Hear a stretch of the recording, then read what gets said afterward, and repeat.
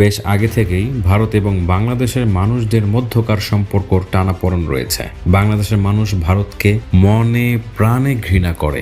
এর বেশ কিছু কারণও রয়েছে, যেমন ভারতের সীমান্ত রক্ষী ধারা বাংলাদেশের মানুষকে হত্যা, নিজেদের স্বার্থ হাসিল করার জন্য বাংলাদেশের অভ্যন্তরীণ বিষয়ে নাক গলানো, রাজনৈতিক হস্তক্ষেপ এবং বাংলাদেশের সীমান্তবর্তী এলাকায় অবৈধভাবে নদীগুলিতে বাঁধ দিয়ে বাংলাদেশের মানুষকে ন্যায্য পানি থেকে বঞ্চিত করা। ভরা মৌসুমে পানি জমিয়ে নির্বিকারে সেই পানির বাঁধ খুলে দিয়ে বাংলাদেশের মানুষকে ডুবিয়ে মারা, গবাদি পশু সহ মানুষের ঘরবাড়ি সহ কৃষকের ফসল ফলানো জমি সহ বাংলাদেশের হাজার হাজার কোটি টাকার সম্পদ নষ্ট করাই ভারতের কাজ।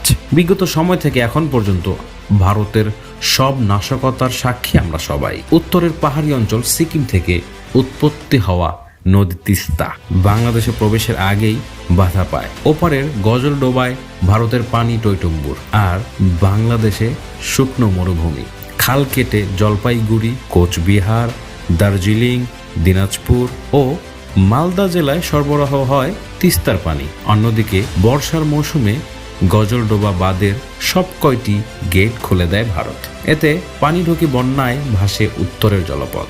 লালমনিরহাট, নীলফামারী, রংপুর, গাইবান্ধা আর শুকনো মৌসুমে পানি ছাড়া ধু ধু মরুভূমিতে পরিণত হয় এইসব অঞ্চলগুলি। অসহায়ত্বের দিন কাটায় এই অঞ্চলের কৃষকরা। এবছর টানা ভারী বর্ষণ এবং ভারত থেকে ধেয়ে আসা আকস্মিক বন্যায় ফেনী, নোয়াখালী, লক্ষ্মীপুর, কুমিল্লা, চট্টগ্রাম, খাগড়াছড়ি, মৌলভীবাজার, হবিগঞ্জ সহ দেশের পূর্বাঞ্চলের 12টি জেলায় স্মরণকালের ভয়াবহ বন্যা দেখা দিয়েছে। ভারতের ত্রিপুরা রাজ্যের ডুমুর বাঁধ খুলে দেওয়ায় এসব এলাকায় বন্যা ভয়াবহ রূপ ধারণ করেছে। এসব এলাকার বাড়িঘর, রাস্তাঘাট, শিক্ষা প্রতিষ্ঠান সহ সবকিছু বন্যার পানিতে তলিয়ে গেছে। পানিবন্দী হয়ে পড়েছে প্রায় 1/2 কোটি মানুষ। ভারত সরকার বাংলাদেশের বর্ডারে প্রায় 30টি বাঁধ নির্মাণ করেছে, অথচ একমাত্র ফারাক্কা বাঁধ ছাড়া আর কোনো বাঁধের ব্যাপারে পানি বন্টন চুক্তি নেই। শুকনো মৌসুমে পানি পাচ্ছে না বাংলাদেশ, ফলে নদীগুলো শুকিয়ে পলি জমে যাচ্ছে।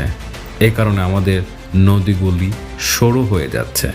অন্যদিকে ভারতে ঘন বৃষ্টি হলে বাঁধগুলো খুলে দেওয়ার ফলে বাংলাদেশে প্রচুর পানি প্রবাহিত হয়। তখন নদীগুলিতে পানি ফুলে ফেপে ওঠে এবং বাংলাদেশে বন্যার সৃষ্টি হয়। এটা এক ধরনের ক্রাইম। ভারত বাংলাদেশের সাথে প্রতিনিয়ত ক্রাইম করেই চলছে।